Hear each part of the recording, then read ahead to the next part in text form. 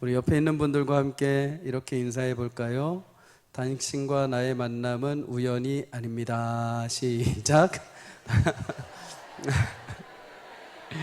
예. 설마 우연이고 싶으신 분은 없죠? 예, 부부는 알아서들 하십시오. 인생은 만남의 연속이라고 하죠. 만남의 연속.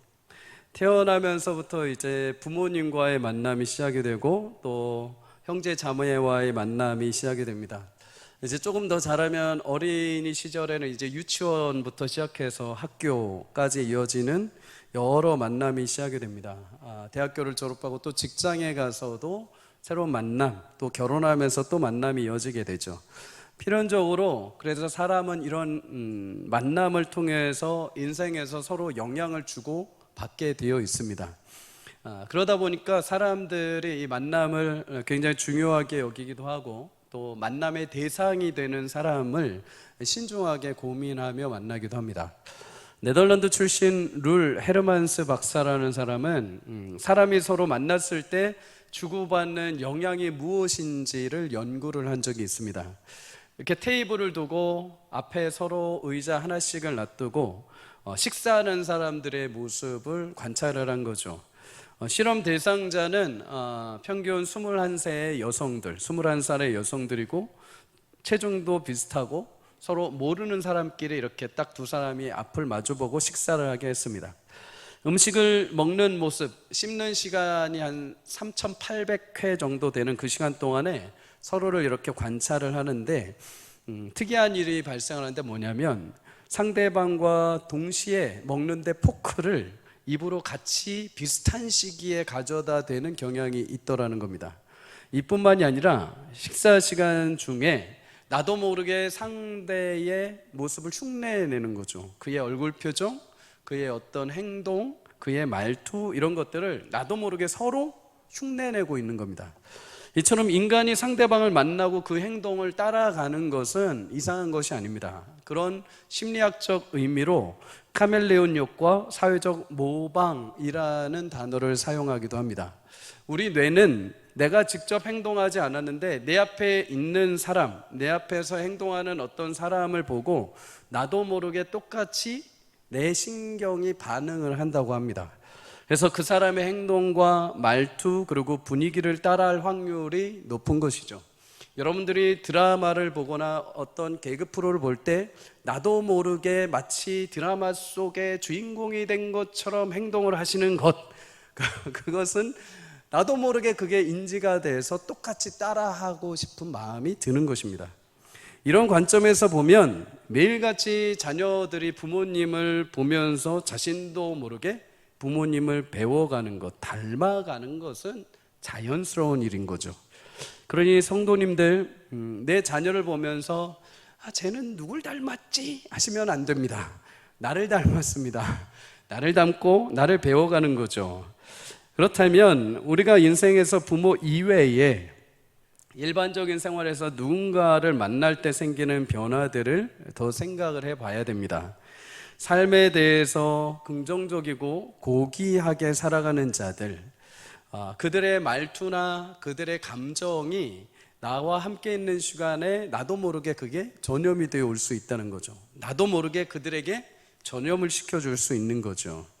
감사하는 삶을 추구하는 자들, 하나님의 은혜와 경건 생활 안에서 하나님의 살아계심을 고백하며 기뻐하는 사람과 내가 대화를 하다 보면 나도 모르게 내가 마치 그런 사람이 된 것처럼 내 신앙을 고백하고 나에게는 하나님이 어떤 분이지?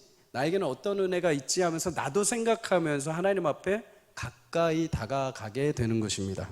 사랑하는 성도님들, 우리의 모든 만남을 통해서 서로 안에 건강한 영향력을 함께 나눌 수 있기를 주의 이름으로 축복합니다.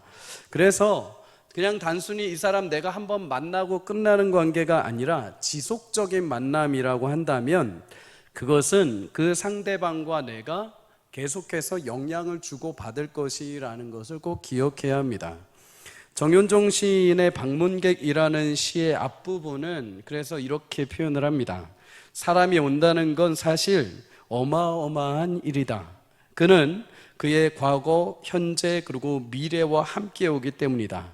한 사람의 일생이 오는 것과 같다. 우리가 누군가 만남을 할 때 단순히 그 사람의 외형, 그 사람의 말투가 내게 찾아오는 것이 아니라 그 사람이 살았던 그의 역사, 그의 가치관, 그의 의식, 그의 태도가 내 삶에 찾아오는 것입니다.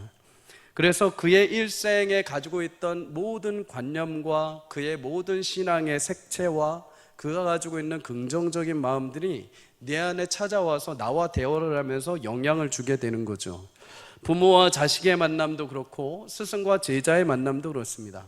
리더와 팀원의 만남도 그렇습니다.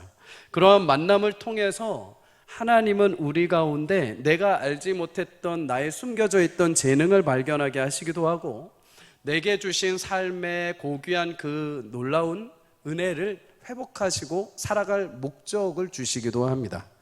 태어나면서부터 청각과 시각을 잃었던 헬렌 켈러, 그녀는 설리반 선생님을 만나고 나서 그녀의 인생에 큰 변화를 가져오게 되죠.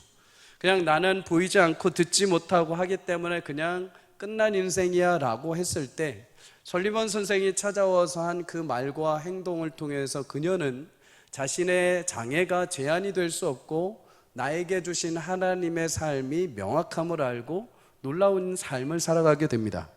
미국 유명 가수이자 프로듀서인 스티브 원더라는 사람은 인큐베이터에서 그가 살아있을 때 산소 과다 공급으로 그도 역시 시각장애를 얻게 됩니다. 그런데 초등학교 때 나는 앞도 보이지 않고 흑인이기에 무엇을 할 수 있는가라고 할 때 초등학교 때 어떤 선생님이 그의 목소리를 듣고 너는 목소리가 너무 참 아름답고 매력적이다. 그 한마디를 듣고 나서 내가 음악에 재능이 있구나 하면서 음악을 시작을 합니다. 즐겁게 음악을 하면서 그는 훗날 천재적인 음악가 반열에 오르게 되죠. 크리스마스 캐롤을 써서 세계적 소설가가 된 찰스 디킨스라는 사람도 내가 무슨 글을 쓸 수 있을까? 나는 그냥 평범한 일기 쓰는 사람에 불과했는데 어느 편집자, 젊은 편집자가 자신의 글을 읽고 이 글은 굉장히 매력적이네요. 이 글은 굉장히 독특하네요 라는 그 말을 듣고 자신의 글에 자부심을 느끼면서 그때서부터 소설을 열심히 쓰기 시작을 합니다. 그리고 세계적인 작가 반열에 오르게 되죠. 사랑하는 성도님들, 하나님은 우리에게도 동일하게 인생의 보석과 같은 만남을 심어주신 줄 믿습니다. 다윗이 죽음의 위협 가운데 외로움과 이제 사울의 위협 속에 어떻게 살아야 되나, 하나님이 분명히 내게 기름은 부으셨는데 도대체 내게 왜 이러시나, 정말 왕이 되어 살아갈 수 있는 것인가, 그 길이 정말 내게 주어진 길이 맞는가라는 의심이 들 때 하나님은 다윗 옆에 요나단이라는 형제를 붙여주셨습니다. 요나단은 다윗이 무너지고 불확실한 현실 가운데 있을 때마다 아니다, 하나님이 정해주신 다윗 다음의 왕위는 나 사울의 아들 요나단이 아니라 다윗 너다, 하나님께서 그 일을 이루실 것이다 하면서 다윗에게 믿음의 용기를 불어넣어 주셨습니다. 또한 다윗이 왕위에 올랐을 때, 왕위에서 평범하고 고귀한 삶을 살 때 어느 순간 죄악으로 밧세바를 범하고 무너지게 됩니다. 그때 그를 향해서 하나님 앞에 회개와 용서의 자리로 돌이킨 나단 선지자. 나단 선지자는 그가 왕이라고 해서 주춤하지 않고 하나님의 말씀을 있는 그대로 가감없이 대언을 하게 됩니다. 다윗은 그 말을 듣고 자신의 엇나갔던 길을 돌이켜 다시 하나님 앞에 회개하며 나올 때 하나님께서 약속하신 대로 다윗의 왕위를 끝까지 이어주신 줄 믿습니다. 이렇게 하나님은 우리 인생에 적재적소의 귀한 보석과 같은 만남들을 허락해 주셨습니다. 왜 그렇게 하셨는가? 잠언 27장 17절 우리 함께 읽어보도록 하겠습니다. 시작. 철이 철을 날카롭게 하는 것 같이. 아멘. 성도와 성도의 만남의 이유와 목적은 다 하나입니다. 스승과 제자의 만남, 팀원과 리더의 만남, 교회 안에서의 모든 만남들의 이유는 상대방의 얼굴을 빛나게 하는 것입니다. 숨겨지고 감추어져 있던 그의 인생, 자신의 한계와 자신의 무거운 짐으로 인해서 어두운 빛에 살아가던 인생 속에 찾아가서 그의 숨은 부활을 캐내어 주는 자, 그리스도 안에서 더욱 영광스러운 인생을 살도록 그에게 힘을 주고 일으켜 주는 자, 그런 성도의 만남을 하나님은 예비하신 줄 믿습니다. 여러분과 제 안에, 또 교사와 우리 귀한 자녀들 세대 안에, 또 부모와 자녀 간에, 우리 팀원과 우리 팀장과 우리 구역장과 구역원들의 모임 가운데 이렇게 서로 안에 아름답게 빛을 비춰줄 수 있는 모임이 일어나기를 주의 이름으로 축복합니다. 여러분의 말 한마디, 여러분의 행실 하나를 통해서 어떤 누군가는 반드시 그의 얼굴빛에 잃었던 생기를 다시 회복할 것입니다. 그가 무너지고 깨어졌던 자리에서 다시 일어나고 소생하는 은혜와 역사를 맛보게 하실 줄 믿습니다. 그 귀한 축복의 통로가 여러분과 저의 삶에 임하기를 간절히 소망합니다. 오늘 본문에도 보면 이런 위대하고 신비로운 만남의 장면이 있습니다. 베드로와 예수님의 만남이죠. 베드로, 그는 고향 갈릴리 게네사렛 호수에서 매일 물고기를 낚는 어부의 삶, 평범한 삶을 살던 사람입니다. 그쪽 그 땅에서는 베드로 하면은 모두가 다 알 정도로 베테랑 어부였습니다. 매일 밤마다 잡아온 고기는 베드로뿐만 아니라 함께 일하는 동료들의 수입원이었고 가족을 먹여 살리는 중요한 사업처였습니다. 갈릴리 호수에서 일하는 어부들의 말을 지금도 빌려보자면 그들은 밤에 물고기를 잡으러 간다고 합니다. 이유는 낮에 물고기들이 그물을 보면 다 도망간다는 거죠. 또한 그물을 밤새도록 쳐놓을 수 없기에 밤에 치고 다시 수확하고 빨리 걷어서 돌아오는 것, 그것이 어부들의 일상이었습니다. 베드로는 그날 밤에도 열심히 그물질을 했습니다. 그런데 유독 그날만은 물고기를 한 마리도 낚지 못한 것이죠. 밤사이 수고하고 돌아올 때 여러분, 만선으로 채워온다면 얼마나 기분이 좋겠습니까? 아무리 피곤하고 아무리 어려워도 만선으로 차오면은 그거에 대한 보상처럼 느껴지게 되죠. 그런데 수고하고 수고할 대로 열심히 밤을 샜는데 배는 텅 비어 있습니다. 얼마나 한탄스럽겠습니까?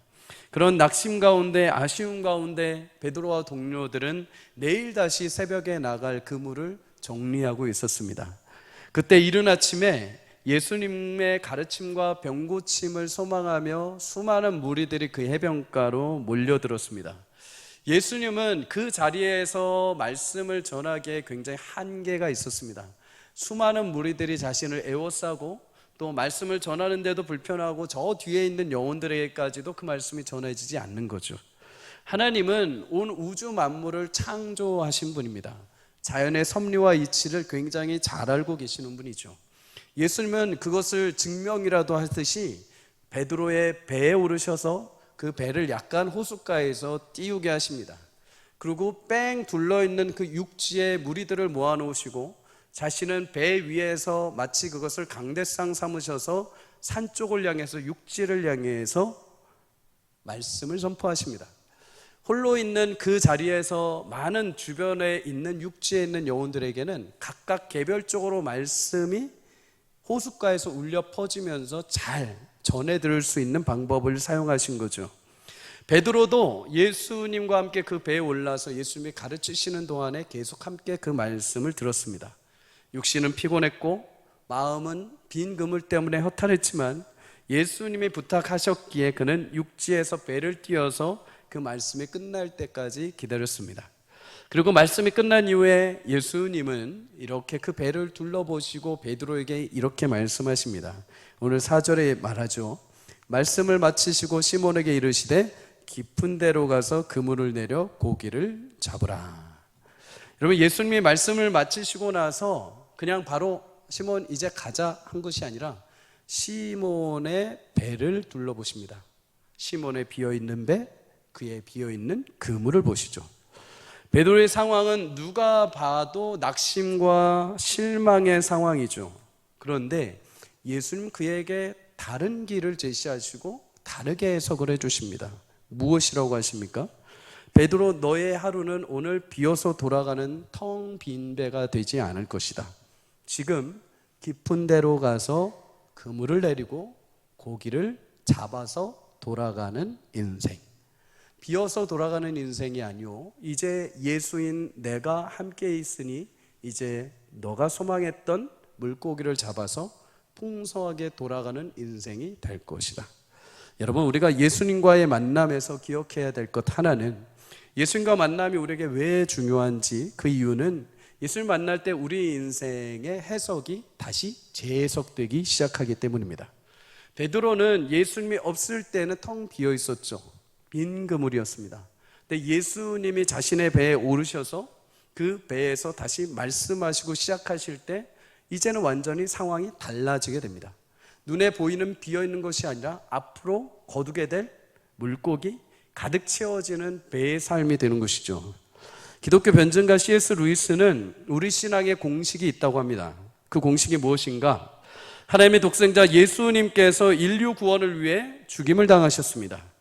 예수님의 죽으심으로 우리의 죄가 씻겨지고 죽으심과 부활을 통해서 이 땅에서 우리는 죄의 세력, 죽음의 세력이 아니라 영원한 생명의 부활로 옮겨진 줄 믿습니다.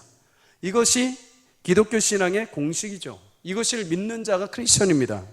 그런데 이 공식이 이루어지기 위해서 우리 인생의 실패와 좌절에서부터 시작돼야 된다고 합니다.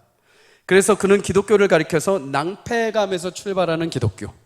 여기서 낭패감이라는 것은 인류가 죄에 빠져서 병들어서 그들의 스스로가 자신들의 삶을 살아낼 수 없고 죄의 무력 아래 있던 자들, 그것을 낭패감이라고 합니다. 그런데 예수님을 만난 이후로 이제 그 낭패감의 인생이 완성요 성취되는 인생으로 바뀌게 된다는 거죠. 여러분, 예수님을 만남으로 우리 인생이 이렇게 재해석되기 위해서, 내가 낭패감의 인생에서 영원한 완성의 인생이 되기 위해서 우리가 한 가지 기억해야 할 것이 있습니다. 그것이 무엇인가? 말씀 위에 자신의 삶의 그물을 던져야 합니다. 예수님은 베드로의 배 위에서 무리들을 향해서 말씀을 증거하셨습니다. 그런데 베드로는 그때까지 그저 그 말씀이 나의 말이 아니라, 나를 향한 말씀이 아니라 무리들을 향한 말씀으로 그냥 듣고 있었습니다. 어떻게 해서든 지금 빨리 끝나면 피곤한 몸을 이끌고 집에 돌아가고 빨리 그물을 씻어서 내일을 준비하고자 하는 마음이 그 심령 가운데 있었죠. 지금 저 예수님의 말씀이 듣기는 좋지만 내 현실하고는 아무런 관계가 없다는 겁니다. 지금 울려 퍼지는 말씀이 듣기는 그럴듯해 보이는데 내 삶하고는 아무런 연관이 없다는 겁니다. 사랑하는 성도님들, 신앙생활할 때 우리가 한 가지 기억해야 될 것이 있습니다. 예수님이 분명히 내 인생에 찾아오셨다고 합니다. 그런데 예수님의 배 위에 오르셨는데 거기서 하는 말씀이 내 삶과 전혀 무관할 때가 있습니다. 내 삶하고는 아무런 연관성을 두지 않는 것이죠. 그게 종교 생활입니다. 예수님을 내가 믿고 예수님이 내 인생의 배에 오르셨다고 하는데 예수님이 말씀하시고 예수님이 들려주시고 예수님이 사람을 통해서, 예배를 통해서, 기도를 통해서 수없이 말씀하시는데 내 거 아니라고 합니다. 그냥 스쳐 지나가 버리는 것이죠. 사랑하는 성도님들, 우리 인생의 삶의 재해석이 있기 위해서는 하나님의 말씀을 내 것으로 먹고 받아야 되는 줄 믿습니다. 내 것으로 받고 내가 그 말씀에 그물을 던질 때 내 삶에 변화가 일어나게 되는 것입니다. 그냥 들리고 스쳐 지나간다고 해서 그 배에만 가만히 있다고 해서 일어나는 역사는 없습니다. 예수님이 아무리 그 인생의 배에 있고 이 배가 내 주인이라 하더라도 그곳에 가서 말씀에 따라서 그물을 내려야 됩니다. 그럼 우리가 어디에 그물을 내려야 될까요? 오늘 중요한 포인트가 하나 있습니다. 예수님 분명히 베드로를 향해서 너 가서 던지고 거기서 고기를 잡으라라고 말씀합니다. 근데 베드로는 이것을 어떻게 받아들이는지 아십니까? 분명히 그물은 던집니다. 근데 그거 그물 어디다 던지냐면 예수님의 말씀에 던지기보다도 자신의 경험에 던집니다. 예수님, 저희가 어제 새벽까지 밤늦게까지 분명히 그물을 던졌는데 아무것도 수확이 없습니다. 그런데 말씀에 의지해서 던져보기는 하겠습니다. 여기 뒤에 뭐가 빠져 있습니까? 예수님 말씀하신 대로 던져서 고기를 잡겠습니다, 이 말이 빠져 있습니다. 무슨 의미냐? 예수님이 제가 베테랑입니다. 제가 이곳에서 그물질한 것만 수십 년입니다. 당신은 근데 사실 목수이지 않습니까? 그렇지만 당신이 그래도 존경받는 선생님이기에 내가 그 말씀에 따라서 한번 저기 가서 던져보겠습니다. 이겁니다. 반신반의한 거죠. 설사 그 말이 맞다 하더라도 아유 안 잡힐 거야 하면서 던지는 겁니다.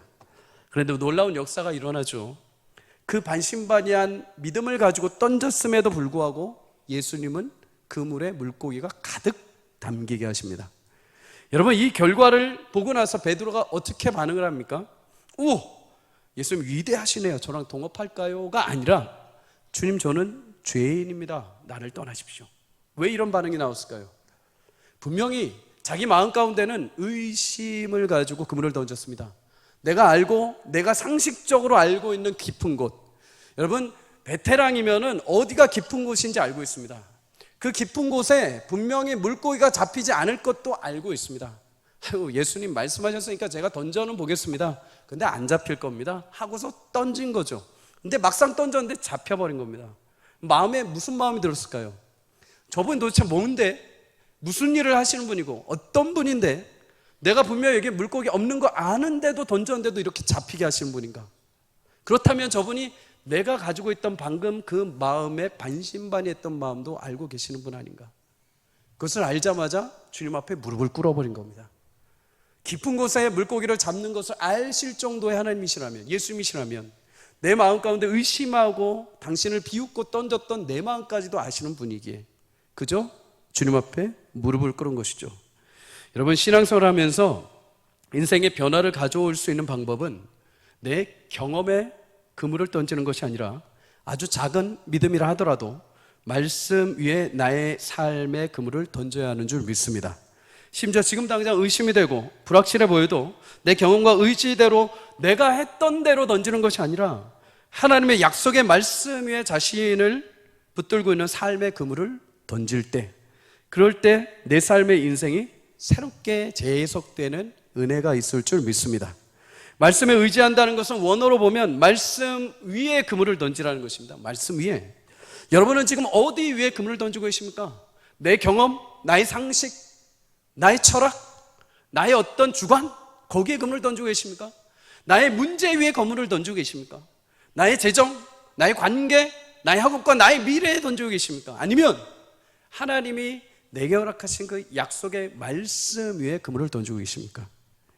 여러분, 갈대아 우르 우상을 만들던 아버지 데라 아래 살던 아브라함, 그는 약속의 말씀에 따라 그의 인생의 그물을 하나님 말씀 앞에 던집니다. 친척과 그 땅을 떠나 보이지 않는 약속의 땅을 향해 가라 라고 말씀하실 때 그는 자신의 경험의 그물을 던지는 것이 아니라 하나님 약속의 말씀에 인생의 그물을 던집니다. 지금 당장 그의 스라에 아무런 자식이 없는 상황에서도 하나님이 나는 너의 후손을 통해서 민족을 이룰 것이야 라는 그 약속의 말씀을 붙들고 내 육체의 한계, 100세 가까이 돼서 나는 아무도 낳지 못할 거야 라는 그 한계 속에 그물을 던지지 않고 하나님의 약속의 그물을 던집니다.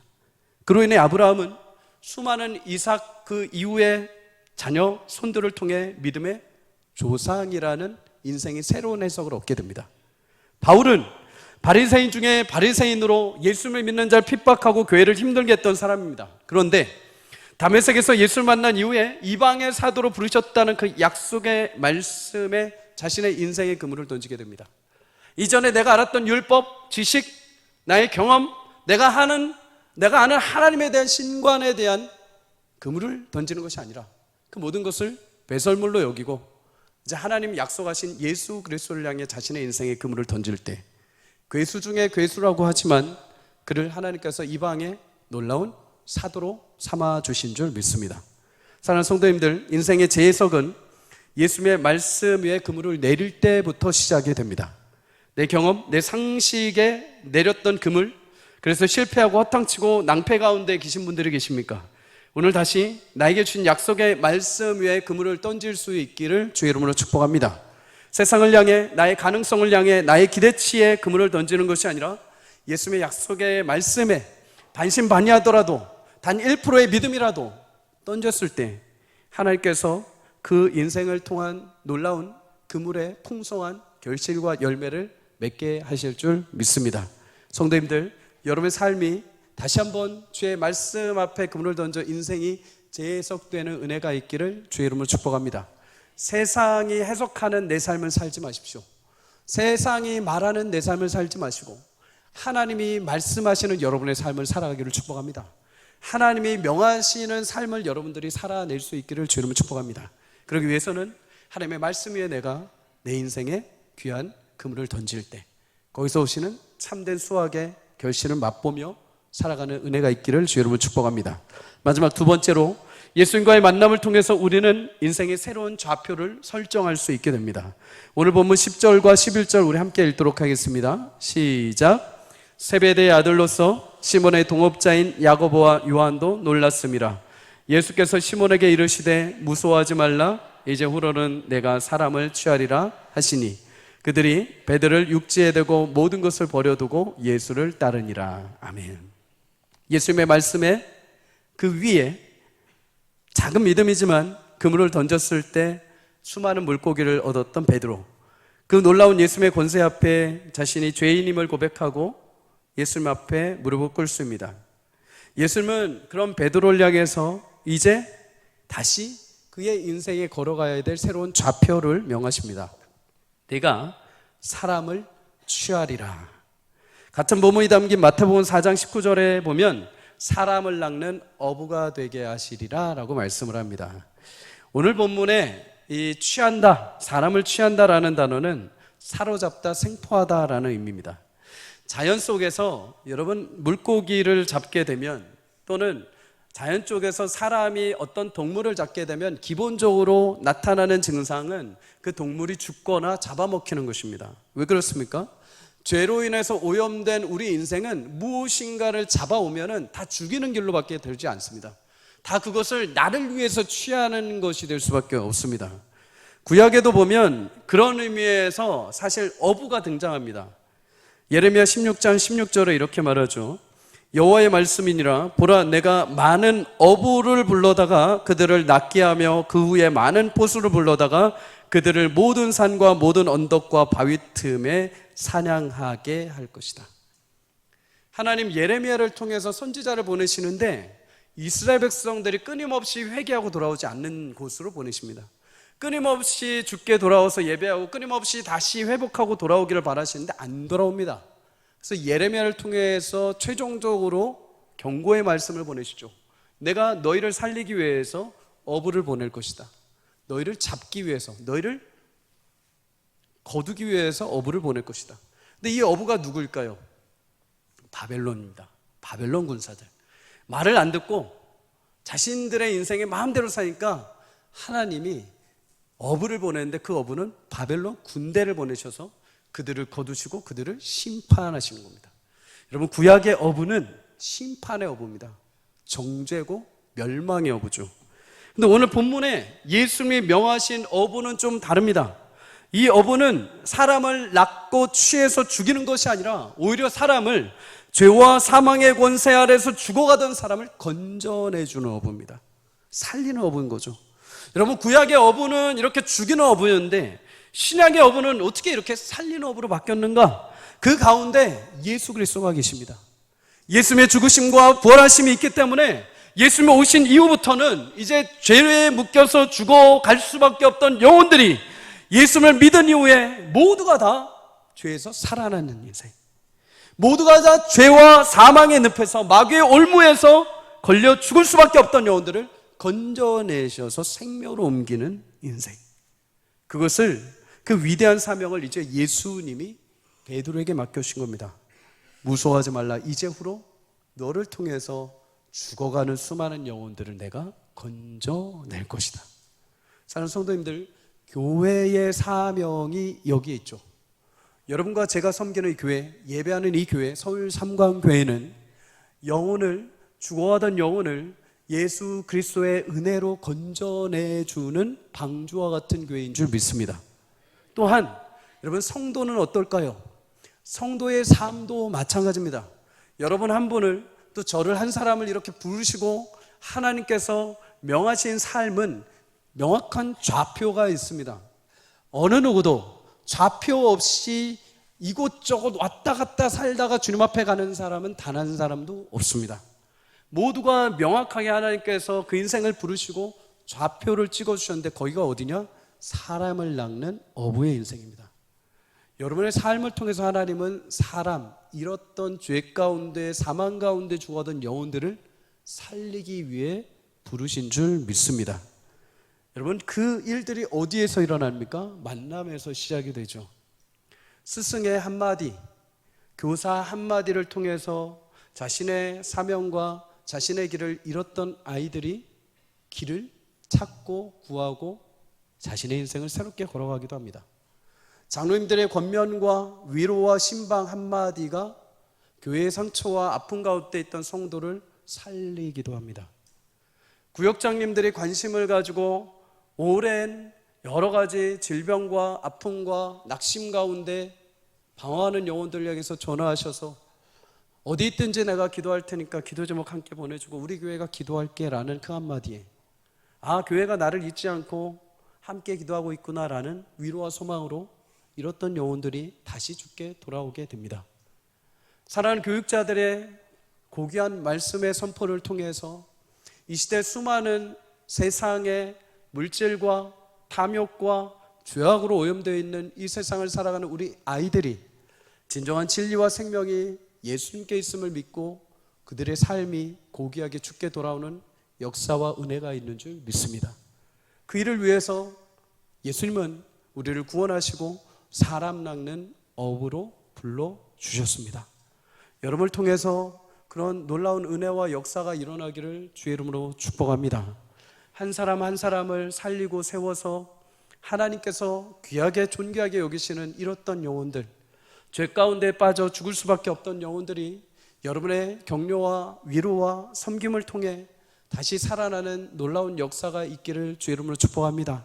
그런데 이거는 나만 한다고 해서 나만 소진되거나 나만 희생하는 것이 아닙니다. 그 사람을 살리면 그 사람이 또한 나를 살리게 되어 있습니다.